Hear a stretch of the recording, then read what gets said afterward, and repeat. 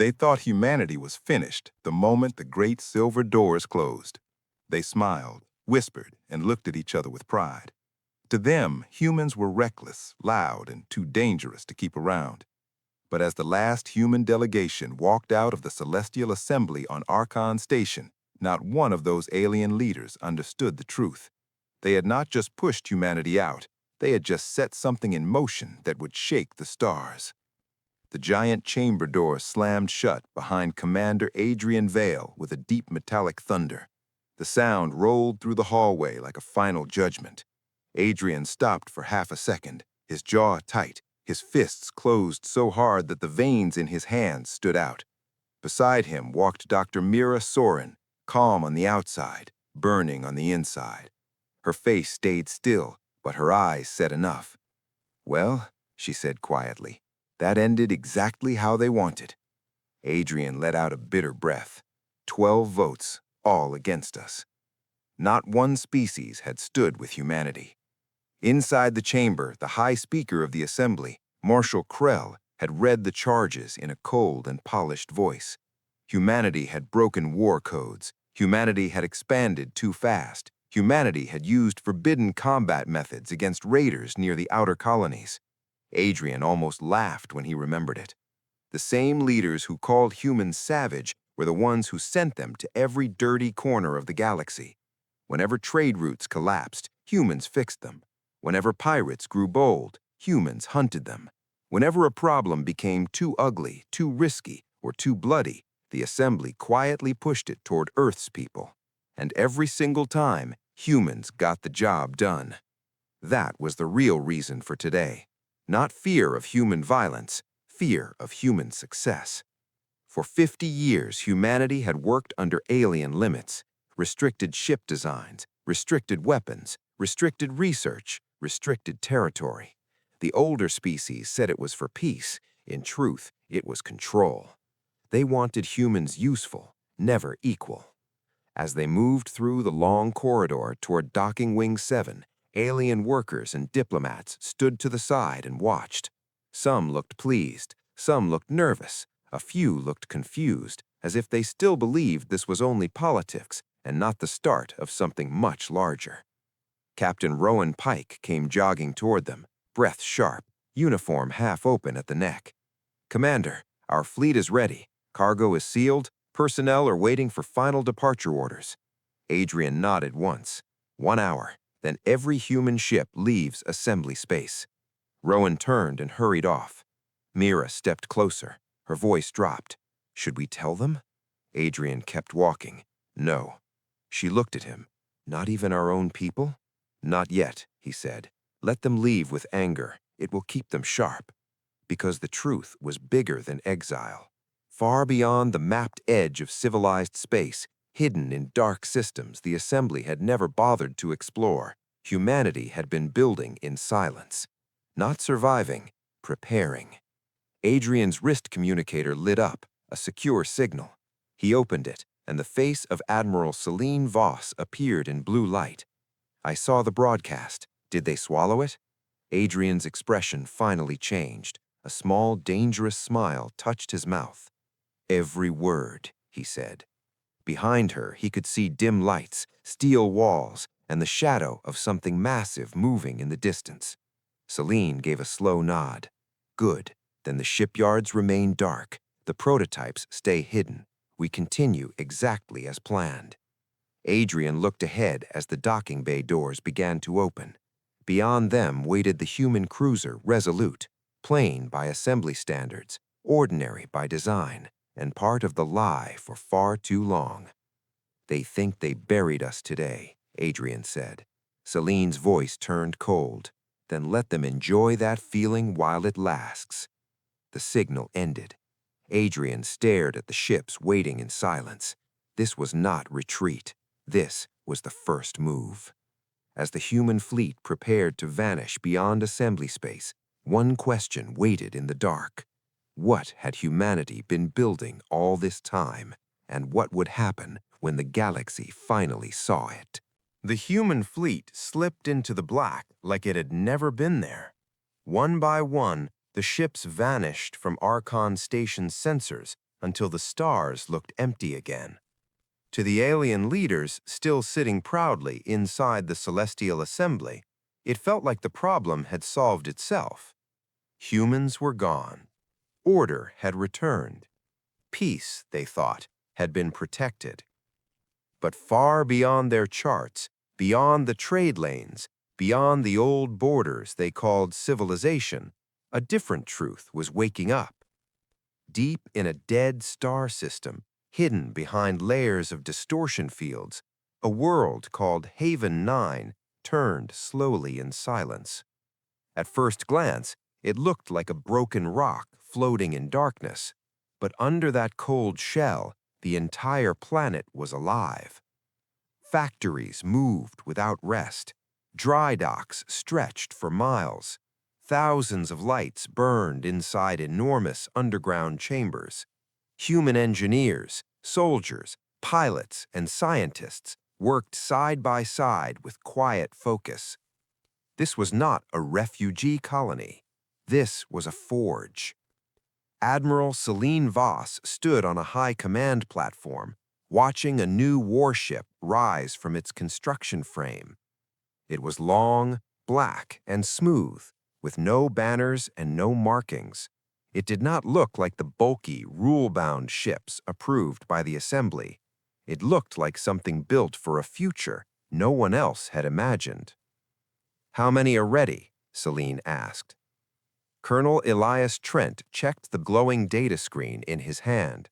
512 fully operational, another 83 finishing weapons sync. Drive testing is ahead of schedule. Celine gave a small nod, but her eyes remained on the ship. For 50 years, humanity had allowed the assembly to believe they were dependent, weak, limited, easy to manage. The truth was far more dangerous. Every restriction the assembly had placed on human progress had taught humans the same lesson: never build where your enemy can see you. Every insult had become fuel. Every delay had become preparation. At the far end of the command hall, Dr. Mira Soren stepped through a glass door with a thin tablet in her hand. "The long-range scans are clean. No assembly probes within interception distance. They still think we're collapsing inward." Celine almost smiled. "Good. Let them." Mira looked out at the unfinished ships below. "Sometimes I still can't believe they pushed us this far." Celine finally turned toward her. "They didn't push us here. They revealed themselves. That's different." Below them, huge mechanical arms lowered a glowing core into the center of the new ship. The entire chamber vibrated as power began to flow through it. This class was different from anything the assembly had ever seen. These ships could strike without warning, jump without fixed lanes, disappear from standard tracking, and adapt to incoming attacks faster than most alien systems could even recognize a threat. Not because humans had become stronger overnight, because humans had spent decades learning in silence. Captain Rowan Pike entered the platform level a moment later. "Message from Commander Adrian Vale," he said. "The fleet reached the rendezvous point. No tails, no interference." "Good," Celine said. "Patch him in." Adrian's face appeared above the table, tired but steady. "It's done. The last human ship has cleared assembly-controlled space." For a second, no one spoke. That was the true break. No more votes, no more limits, no more pretending. Celine folded her hands behind her back. "Then Phase 2 begins now." Adrian's eyes hardened, and the assembly. Celine looked once more at the silent giants rising below. Let them enjoy their victory for a little while longer. Because the moment the galaxy stopped watching humanity, humanity had finally become free to move. And while the assembly celebrated in comfort, hidden human fleets were already taking position in the dark, waiting for the exact moment to show the galaxy what Exile had created. Across the outer dark, Hidden human fleets moved into place. They did not travel in loud battle lines. They did not announce themselves. There were no banners, no warning signals, and no proud speeches sent across open channels. The ships moved like shadows between stars, appearing for seconds, then vanishing again into empty space. Each group had its own task. Some were sent near trade corridors. Some drifted close to military relay hubs.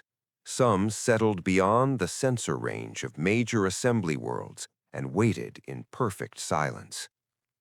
From the bridge of the warship Resolute, Commander Adrian Vale watched a red cluster of lights glow on the tactical map. Every light was a human strike group. Every line marked an assembly supply lane, command route, or naval checkpoint. Dr. Mira Soren stood beside him with folded arms, reading fresh intelligence. "Our people are in position near 11 major systems," she said. "No detection. Their patrol patterns are exactly what we predicted." Adrian looked at the map without blinking. "And their response time?" "Slow," Mira replied. "Too slow. They still move like every war must give them time to prepare. They still think battles begin with warning." Adrian gave a cold, quiet nod. That was the weakness at the heart of the assembly. For thousands of years, its member species had fought wars by ritual, by timing, by habit. Fleets gathered in clear formations. Challenges were issued. Rules were followed. Their idea of war was old, polished, and comfortable. Humans had studied that for decades, and now they were ready to break it. Far away, on the assembly capital world of Velis Prime, Marshal Krell sat in a chamber lined with gold metal and crystal screens. Reports moved across the air before him in neat columns. Trade losses, minimal. Border conflicts, stable. Human activity, insignificant. He leaned back in his chair and let himself relax. The galaxy at last felt normal again. The human departure had caused noise for a few weeks, but now things were settling. His advisors had been right. Humanity was emotional, impulsive, and too proud. Once rejected, they had pulled away into wounded silence. Krell believed that silence meant weakness.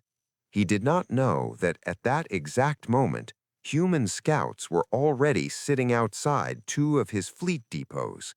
He did not know that encrypted assembly channels had been quietly opened, copied, and studied by human code teams. The assembly had spent half a century watching human weapons. It had never thought to watch human patience. Back on Haven 9, Admiral Celine Voss stood with Colonel Elias Trent before a large tactical wall. "The first phase remains the same. No civilian strikes, no random destruction. We cut movement, blind command, isolate response." Celine nodded. "We don't need chaos, we need control." A moment later, Captain Rowan Pike entered with a sealed update. His face was tense, but there was fire in his eyes. "Forward recon from the Corvus Gate corridor. An assembly patrol squad has changed course. They're moving toward one of our hidden positions." Celine took the report and read it once. Then she looked up. "Did they detect us?" Rowan shook his head. "No, Admiral. They're just close enough to become a problem." For a few seconds, the room went still. Then Celine placed the report down and spoke in a calm voice that made everyone focus harder. "Good," she said. "Then the galaxy is about to hear the first knock." An assembly patrol was now drifting towards something it was never supposed to find, and in just a few moments, the first direct clash of the new war would begin. The first direct clash of the new war began in the cold shadow of the Corvus Gate corridor. 3 assembly patrol ships drifted through the narrow star lane in clean formation, their silver hulls reflecting the weak light of a distant red sun. At their center, was the command cruiser Radiant Spear, led by Captain Tarek Saul of the Zephyri Guard. He stood tall on his bridge, hands behind his back, watching the sensor wall with calm confidence. To him, this was only another patrol, a dull assignment, an empty border. "Anything?" he asked. His sensor officer scanned the dark lane again. "Nothing threatening, Captain. Some distortion near the outer debris field, but weak. Could be natural interference." Tarek gave a bored nod. "Mark it and move on." But the distortion was not natural. Inside the broken belt of black stone and frozen metal, 5 human ships sat without a sound. Their systems were dim, their heat signatures were buried, their hulls were wrapped in field layers that bent ordinary scans and turned them into silence. On the lead human vessel, Commander Adrian Vale stood in the darkened bridge of the Resolute, eyes locked on the approaching patrol. "No signal yet?" he asked. Lieutenant Nina Hale shook her head. "Nothing. They still haven't seen us." Dr. Mira Soren looked at the tactical display. "If they pass another 30,000 kilometers, they'll brush the edge of our cloak pattern." Adrian did not move. "Then we act before that." Around him, the bridge stayed quiet. No fear, no wasted motion. Every crew member knew this was more than a battle. This was the first sentence in a message the galaxy would never forget. "Open a narrowband channel," Adrian said. A second later, Captain Tarek's bridge lit up with an incoming signal. He frowned. No ship appeared on scan, yet a voice came through clearly. "This is Commander Adrian Vale of the human vessel Resolute," the voice said. "Calm, cold, controlled. You are moving into restricted space. Cut engines, power down weapons, and withdraw now." The entire Zephyri bridge froze. Tarek's face darkened. "Human?" he said, almost in disbelief. His tactical officer finally found them. 5 marks appeared on the display all at once, as if the dark itself had opened its eyes. "Impossible," the officer whispered. "They were not there a second ago." Tarek stepped closer to the screen. "You are outnumbered and in violation of assembly law," he said sharply. "You will surrender your vessels at once." On the Resolute, Adrian let the silence hang for one breath too long.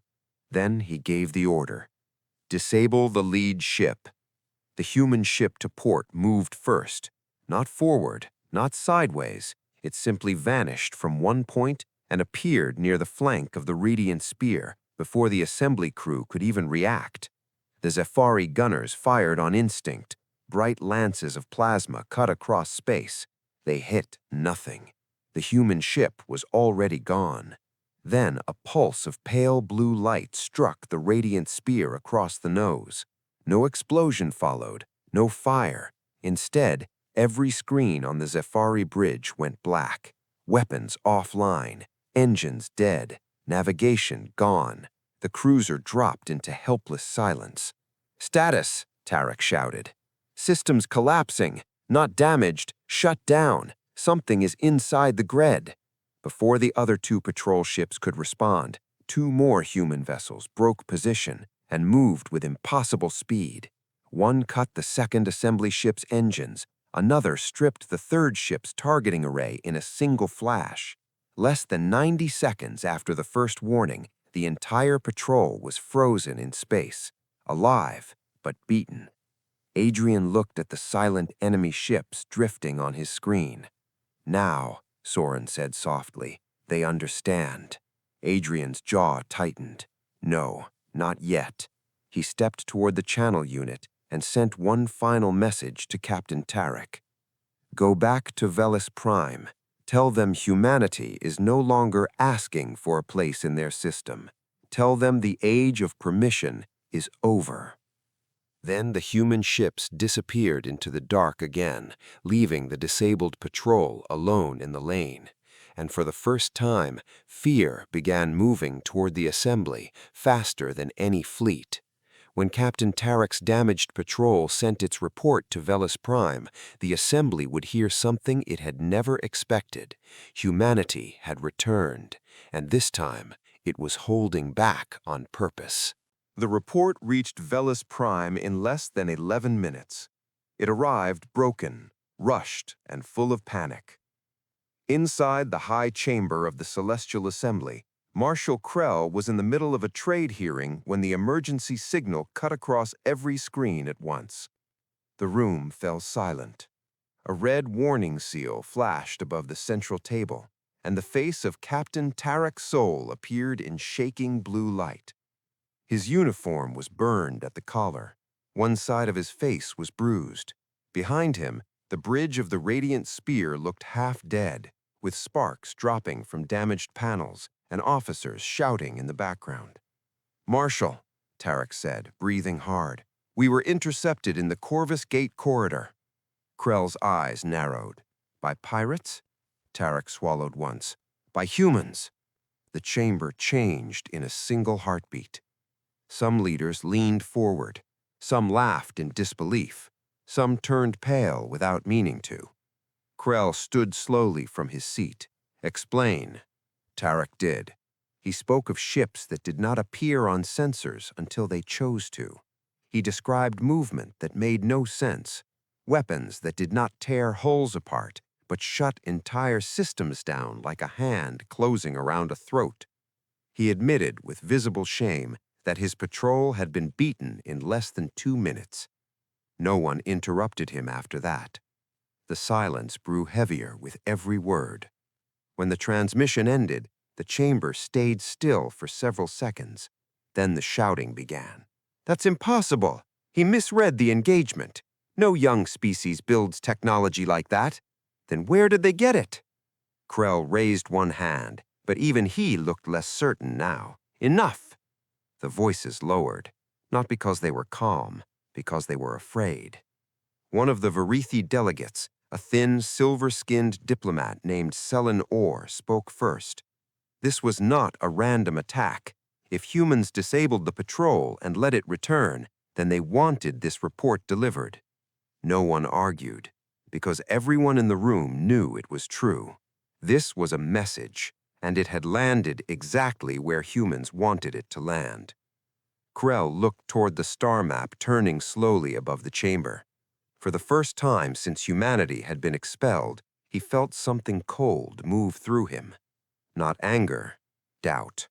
Had they truly watched humanity for 50 years, or had they only watched the version humans allowed them to see? "Order immediate border sweeps," Krell said. "Double fleet patrols, lock military relays. I want every human vessel tracked." A military advisor hesitated before answering. "Marshal, if Captain Tarek's report is accurate, standard tracking may not be enough." Krell's jaw tightened. He hated the shape of that sentence. On Haven 9, far from assembly space, Admiral Celine Voss stood in the command hall as the intercepted assembly reaction filled the screens. Human code teams had broken into multiple channels within minutes. Every order, every fearful question, every rushed command was now being watched. Colonel Elias Trent allowed himself a grim smile. "They're doing exactly what we expected, pulling ships inward, guarding obvious targets." "Good," Celine said. Dr. Mira Soren, now aboard Haven 9 after leaving the Resolute transfer line, studied the shifting fleet patterns. "They still think this is about military pressure." Celine's eyes stayed on the screen, "because they still think like rulers, not survivors." A pause settled over the room. Then Celine touched the control table and opened the next operation file. Rows of hidden targets lit the dark display. Relay stations, fuel depots, navigation anchors, intelligence hubs. Not cities, not civilians, not worlds. The bones of the assembly itself. "Send the green signal," Celine said. Trent looked at her once. "To all strike groups?" She nodded. "Tonight, the assembly learns what it feels like to be blind." And as alarm spread across Velis Prime, Human strike teams were already moving toward the hidden systems that kept the entire assembly alive. And before dawn, the galaxy's most powerful order was about to lose its eyes, its voice, and its grip. Before dawn reached Velis Prime, the first relay station went dark. It happened so quietly that the crew inside relay node K-17 did not understand they were under attack until every screen in the control room froze at the same time. 1 second, data streams were flowing between 12 systems. The next second, all signals stopped. No explosion, no alarm siren, just silence. Chief Operator Malin Vorn stared at the dead console in front of him. "Reboot the grid," he ordered. Technicians rushed to obey, but the system did not respond. Power still ran through the station. Life support was working. Internal lights remained on. Yet every long-range function had been cut away as cleanly as a nerve. Then one of the security officers shouted and pointed at the main display. A message had appeared. No assembly seal, no demand, just one line in clear white letters. "We warned you." A second later, the display died again. Across the assembly, the same thing began happening everywhere. At Nav Anchor 4, jump route data vanished from central memory. At the Sarin fuel chain, 3 major depots shut down without taking visible damage. At an intelligence archive hidden beneath a research moon, locks opened, files vanished, and every backup core was wiped before the guards even found the breach. Human strike teams moved like thought, fast, precise, invisible. They were not burning worlds, they were removing the assembly's ability to function. On Velis Prime, Marshal Krell had not slept. He stood in the war chamber, surrounded by officers, diplomats, and spinning tactical projections, all of them changing too fast. "This cannot be a coincidence," one commander said. "It isn't," Krell answered. He watched red failure marks spread across the map. First 1 relay, then 4, then 12. Trade corridors began choking. Patrol groups stopped receiving orders. Outer colonies called for help and received only static. The assembly had spent centuries building a system so large and so connected that it felt unbreakable. Now humanity was proving the opposite. The larger the system, the easier it was to cripple if you knew where to strike. "Where are their fleets?" Krell demanded. A sensor officer looked helpless.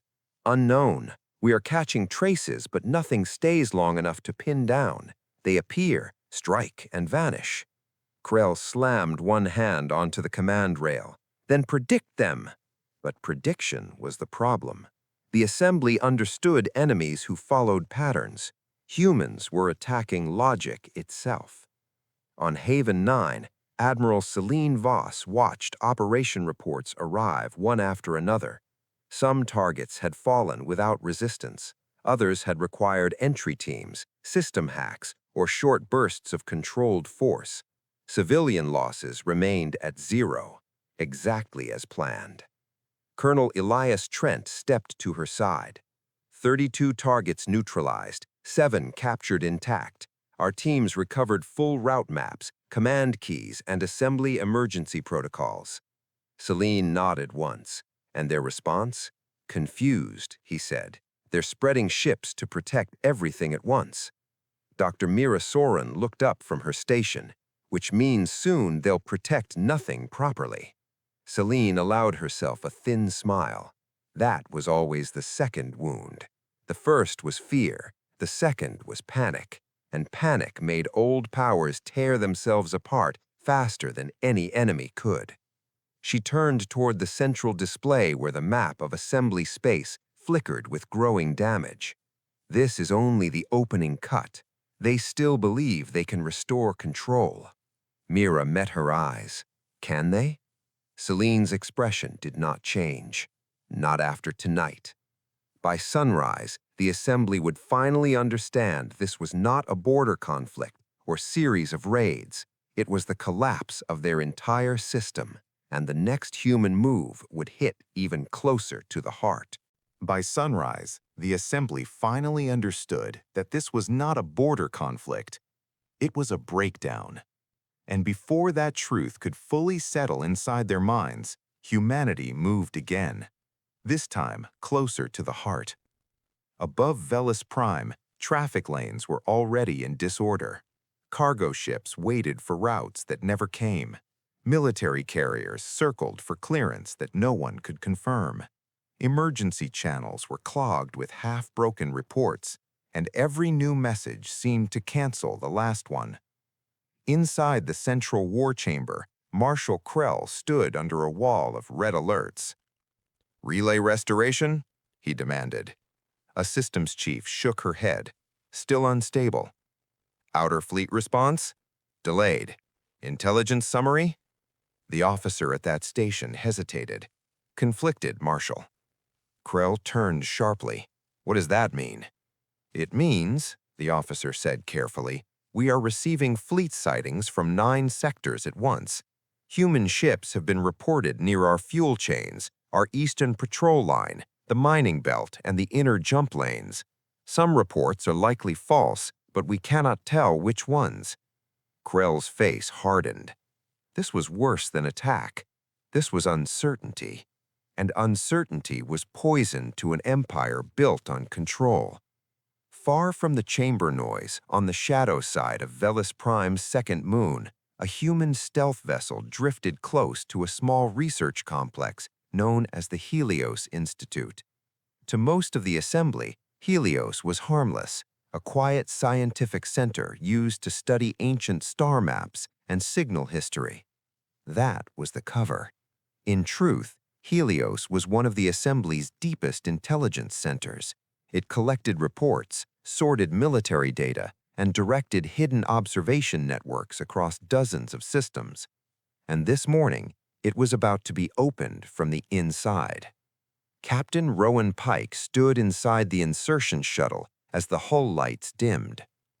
"Final check," he said. Around him, 6 members of the strike unit gave silent ready signals. Their suits were matte black, light reactive, and built for vacuum, heat, and zero-noise entry. No heavy armor, no wasted gear. They were not here to destroy Helios. They were here to take it. The shuttle touched the moon's surface without a sound. 30 seconds later, Rowan's team was moving through a maintenance trench toward the lower intake vaults. Human code breakers had already cracked the outer lock grid hours before. By the time the first Helios guard realized something was wrong, the strike team was already below the main level. "East Hall clear," one operator whispered. "Core passage clear," another answered. Rowan reached the central data chamber and pressed one gloved hand against the sealed inner door. "Open it." A quiet pulse moved through the panel. The door slid aside. Inside, rows of floating memory towers glowed in the dark like frozen pillars of light, the heart of assembly intelligence. Rowan stepped in slowly. "For 50 years, he said under his breath, "you watched the wrong things." Back on Haven 9, Dr. Mira Soren received the first secure transfer. Her screen filled with classified route maps, fleet reserve locations, emergency protocols, diplomatic blackmail files, and spy lists from across assembly space. Then came the better part: access. With Helios in human hands, even for a few minutes, they could do more than steal. They could speak in the assembly's own voice. Admiral Celine Voss stood beside Mira as false signals began moving back through Helios channels. Redirected patrols, misread fleet positions, urgent warnings sent to the wrong sectors, enough confusion to stretch a broken system even thinner. "They're blind," Mira said. Celine's eyes stayed on the data stream. "No," she replied softly. "Now they're looking at shadows." On Velis Prime, new alerts began exploding across the war chamber at once. A reserve fleet was moving the wrong way. 2 patrol groups nearly crossed fire. A command post sealed itself after receiving a forged breach warning. Krell stared at the flood of errors, and for the first time, he felt the ground under his power begin to crack. Because this no longer felt like an outside attack. It felt like the assembly had been entered. And as panic spread through Velis Prime, one terrible question began rising above all the others. If humans could reach this deep into the assembly's core, then what else had they already touched? That question did not stay inside the war chamber for long. Within an hour, it was everywhere. On command decks, in intelligence vaults, in fleet barracks, in quiet diplomatic halls where senior officials now spoke in low voices and checked every sealed message twice. If humans could reach this deep into the assembly's core, then what else had they already touched? Marshal Krell stood in the center of the chamber while teams around him tried to lock down what remained of the system. The problem was no longer just military, it was trust. Every report could be false. Every signal could be altered. Every officer could be acting on bad data without knowing it. Shut Helios out of all strategic routing, Krell ordered. We already tried, a systems commander answered. It rejected the sever command. Krell turned slowly. Rejected? The officer swallowed. Someone inside rewrote the response layers. It still carries our seal, but it is no longer obeying our authority. The room went silent again. That was the moment it truly became real. This was not sabotage from the outside. Humanity had placed its hand inside the machine. On the moon facility itself, Captain Rowan Pike stood before the Central Archive Core while human specialists moved fast through the chamber. They were not smashing equipment or burning files. They were sorting, copying, redirecting, planting blocks in key pathways, and opening locked branches of assembly history that had never been meant for public view. Look at this, one operator said, pulling up a hidden vault. Rowan stepped over. The files were old, older than humanity's first contact.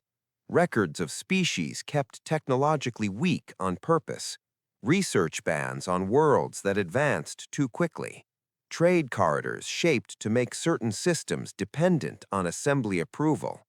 Conflict predictions where smaller wars had been allowed to continue because they kept rival species exhausted and easier to control. Rowan read in silence. Then another file opened. Humanity. Decades of observation, behavior patterns, military estimates, cultural notes, threat projections, and one line repeated more than once in different reports. Useful under direction, dangerous if independent. Rowan's face hardened. So that was it. Not misunderstanding, not fear of one battle or one policy. This had been decided a long time ago. Humanity had never been invited into the assembly as an equal. They had been brought in as a tool. Back on Haven 9, Dr. Mira Soren reviewed the recovered records beside Admiral Celine Voss. The deeper they looked, the uglier it became. They were managing the whole galaxy like a locked garden, keeping every species trimmed to size, Celine said. Celine said nothing for a moment. Then she looked at the live feeds of confusion spreading through assembly space. That ends now. Mira turned toward her. Do we release the files? Celine's answer came without delay. Not all at once. We do it carefully. Truth needs timing. Because if the assembly collapsed too suddenly, whole sectors could fall into chaos. Humanity did not need fire everywhere. It needed the old order to crack in the right places at the right speed. And already those cracks were growing. On Velis Prime, loyal commanders were beginning to doubt central orders. Outer systems were delaying taxes, troop transfers, and fuel support. Minor member worlds were asking questions they had never dared ask before. What exactly was the assembly been protecting all these years, and who had it really been protecting it from? As hidden records began to point toward a much darker truth, humanity prepared its next move. not just to weaken the assembly, but to expose it to the very species that had obeyed it for centuries. Humanity's next move did not begin with a fleet. It began with a signal. From hidden transmitters placed across neutral sectors, short encrypted data packets started appearing inside assembly networks. They were not random leaks. They were carefully selected records taken from Helios and other sealed archives. Old orders, trade restrictions, research bans, quiet plans that showed how the assembly had controlled smaller species for generations while calling it peace. The first worlds to receive them were not military powers. They were the obedient ones, the quiet ones, the species that had followed every rule, paid every tax, accepted every delay, and trusted that the assembly always knew best.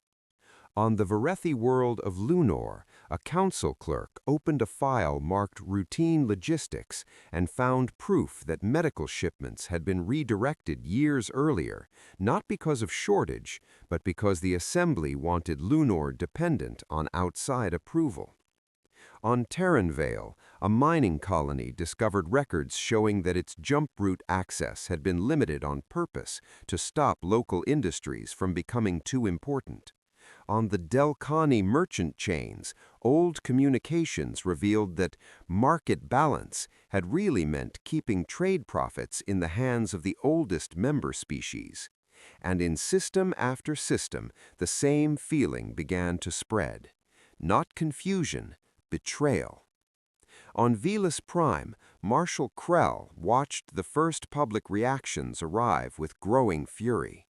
Crowds formed outside provincial command centers. Local governors began refusing silent compliance. Delegates from lesser member worlds demanded full archive access. Some even asked the unthinkable, were the humans right? Krell crushed the question the moment he heard it. Block every unauthorized channel, he ordered. Seize any official distributing leaked files. Issue a statement calling the records fabricated. One advisor leaned toward him carefully. Marshal, that may no longer work. Krell turned with a stare sharp enough to cut. The advisor lowered his voice. Too many of the records verify against our own seals. Too many worlds already know the documents are real. The chamber felt smaller after that, because lies could survive pressure, but truth, once it reached enough hands, became heavier than force. On Haven 9, Admiral Celine Voss stood in the media control wing, while Dr. Mira Soren monitored responses from across assembly space. They had not released the most explosive files yet. These were only the opening cuts, enough to shake faith, enough to force questions, enough to make every loyal world wonder what had been hidden from them. Outer systems are delaying support convoys, Mira said. 3 member worlds have requested independent reviews. 2 governors are refusing assembly information lockdowns. Celine nodded. And the fleets? Still moving, but with hesitation. Command trust is dropping. That mattered more than numbers. A fleet with doubt inside it was slower than one with damage. Suddenly, another signal appeared on the screen. It was low-band, unofficial, and routed through old civilian relays to avoid military tracking. Mira opened it. A face appeared. Silver skin, narrow eyes, formal bearing. Delegate Celine Orr of the Varethi. Not an ally, not a friend, not yet. We received your evidence. If there is more, we want to see it before Velis Prime buries everything. Celine stepped closer to the screen. This was the shift she had been waiting for. The assembly was no longer only fighting humans. Now it was fighting the truth inside its own walls. And as the first member worlds began reaching toward humanity in secret, Celine knew the next phase had arrived. The war was no longer just about breaking the assembly, it was about turning its own people against it. The war was no longer just about breaking the assembly. Now it was about making its own people look at it clearly for the first time. On Haven 9, the communication room stayed active through the entire cycle. Screens glowed with incoming requests from worlds that had never dared speak outside official channels.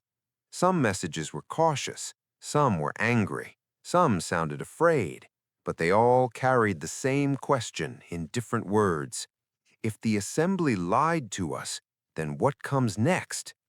Admiral Celine Voss stood with Dr. Mira Sorin and a small diplomatic team as the first secure meeting opened. The image of Delegate Selin Orn returned, but this time she was not alone. Beside her stood two provincial ministers from Varathi space and a trade representative from one of the Delcani chains. Their faces were tense, their voices were careful, but they had come. "We are not asking for surrender terms," Selin said at once. "We are asking whether humanity intends to replace one cage with another." Celine did not answer too fast. She knew this moment mattered more than any raid. "No, if we wanted obedience, we would have attacked your worlds. We did not. We struck the system that kept all of you dependent." The Delcani representative narrowed his eyes. "And what do you want in return?" "Choice," Mira answered before Celine could speak. "Open trade, free research, independent growth, a federation where worlds are judged by what they build, not by how long they have knelt." Silence followed, not because they rejected it, because they were imagining it. That was the dangerous part. Back on Velis Prime, Marshal Krell was beginning to understand that military losses were no longer his greatest threat. Ships could be rebuilt, relays could be repaired. Belief was harder to restore. Reports kept arriving from loyal sectors with the same poison running through them: hesitation. Local forces were waiting before acting. Some governors were delaying security orders. Civilian labor groups had stopped loading military supply lines in two major hubs. On one world, a crowd had pulled down an assembly banner and replaced it with nothing at all. Nothing. That frightened Krell more than open rebellion, because empty space invited new ideas. He stood before the surviving senior delegates and made his decision. "If they want truth," he said, voice cold and flat, "we will answer with strength. Recall all core fleets, seal the inner lanes, prepare a united response." One officer looked uneasy. "Marshal, if we pull ships inward now, the outer sectors may break away entirely." Krell's eyes became stone. "Then let them watch what happens to those who choose humanity." Far away, human intelligence teams heard that order within minutes. On Haven 9, Colonel Elias Trent placed the intercept on the main table. New fleet lines appeared across the map, pulling toward the central sectors like iron toward a magnet. Mira looked at them and exhaled slowly. "He's doing it." Celine nodded. Yes. The Assembly was finally choosing the one move humanity had wanted from the beginning. It was gathering, bringing its remaining strength into a shape humans could measure, predict, and cut apart. But this time, the coming battle would be different, because when those fleets moved, they would not be defending a proud united order. They would be defending a lie that half the galaxy had already stopped believing. And as the Assembly's core fleets began to gather for one massive response, Celine gave the order for humanity's next phase, not just to meet the old power in battle, but to show the entire galaxy what would rise after it fell. Celine gave the order without raising her voice. But the moment it left her mouth, the next phase of the war began moving across the stars. This time, humanity was not only preparing to meet the Assembly's core fleets, it was preparing to show the galaxy what would come after them. On Haven 9, command halls, shipyards, research chambers, and diplomatic wings all shifted into full motion. Warships armed and fueled in silence. Supply carriers loaded reconstruction modules instead of invasion gear. Civil engineers, system architects, trade planners, and first contact officers were called into the same briefing rooms as admirals and strike commanders, because what came next could not be only destruction. If the assembly fell and nothing better stood ready behind it, the galaxy would tear itself apart. Dr. Mira Soren stood before a wall-sized display filled with new transit routes, emergency relief hubs, and regional power maps.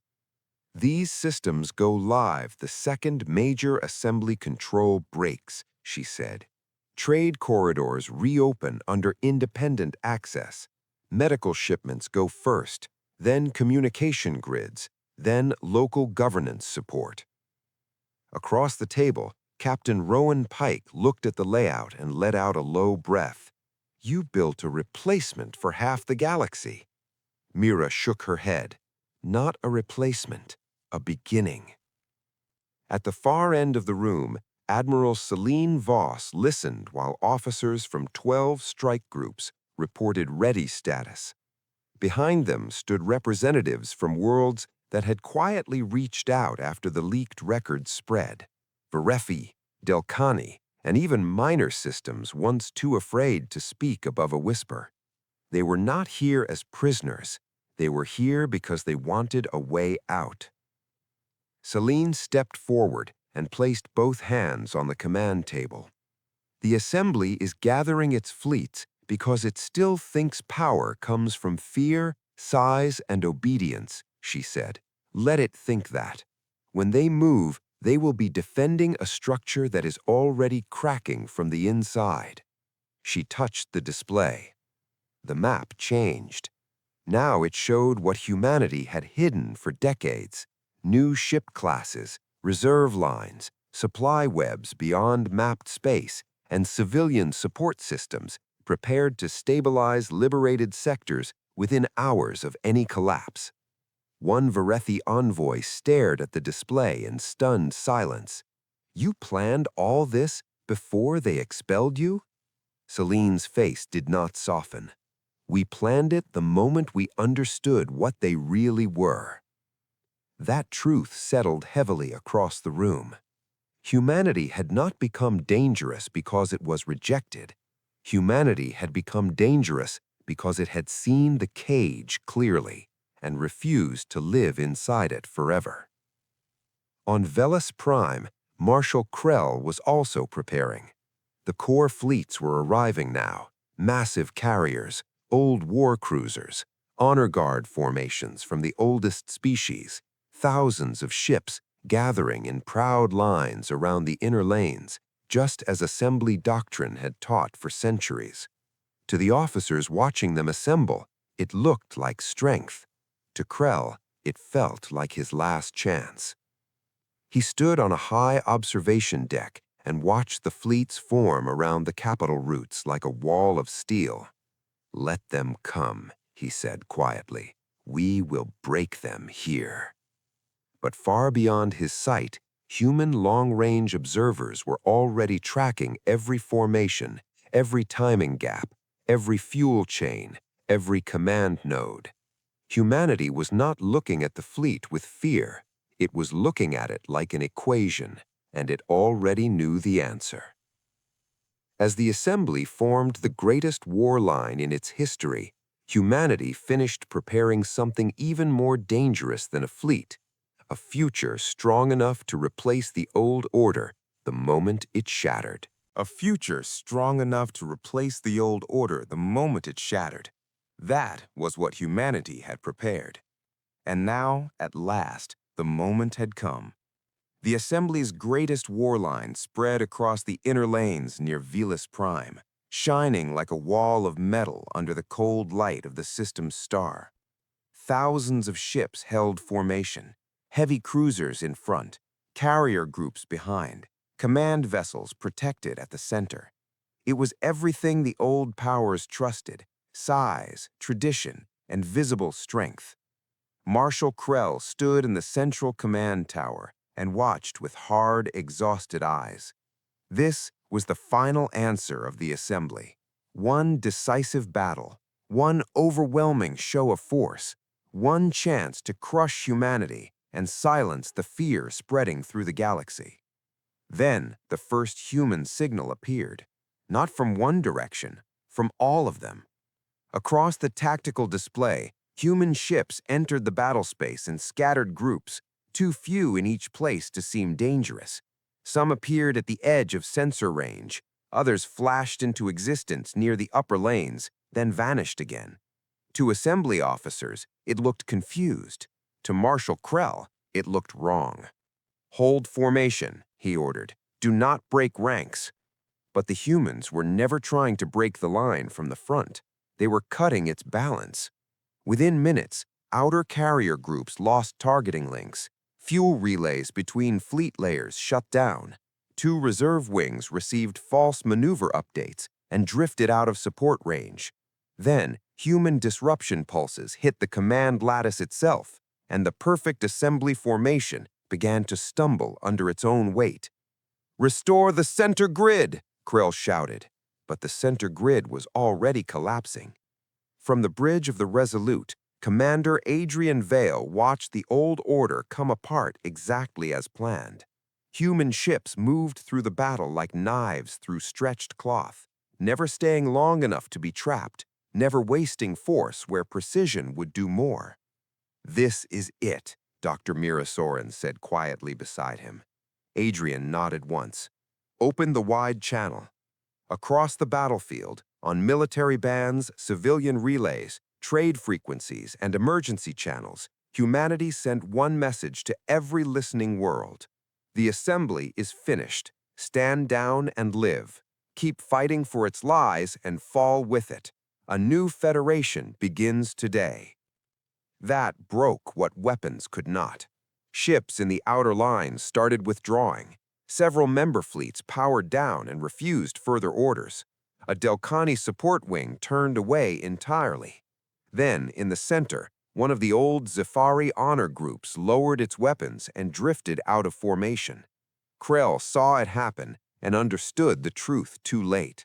He had not lost only a battle, he had lost belief. And once belief was gone, the assembly was nothing more than metal and fear. Hours later, the firing had ended. Velis Prime still stood. The cities were untouched. The civilians were alive, but the old order was over. In the weeks that followed, humanity did what the assembly never expected. It did not rule by chains. It opened routes, restored trade, shared technology, released records, helped worlds rebuild. Species that had once lived under silence now spoke as equals. And on the day the first council of the new Federation of Systems met, Adrian stood beside Celine and Mira beneath a sky filled with ships from worlds that had once feared each other. No one called humanity weak again. But that was not the real victory. The real victory was this. Humanity had not taken the galaxy to dominate it. Humanity had taken it back from those who had frozen it. And from the ruins of control, something living had finally begun.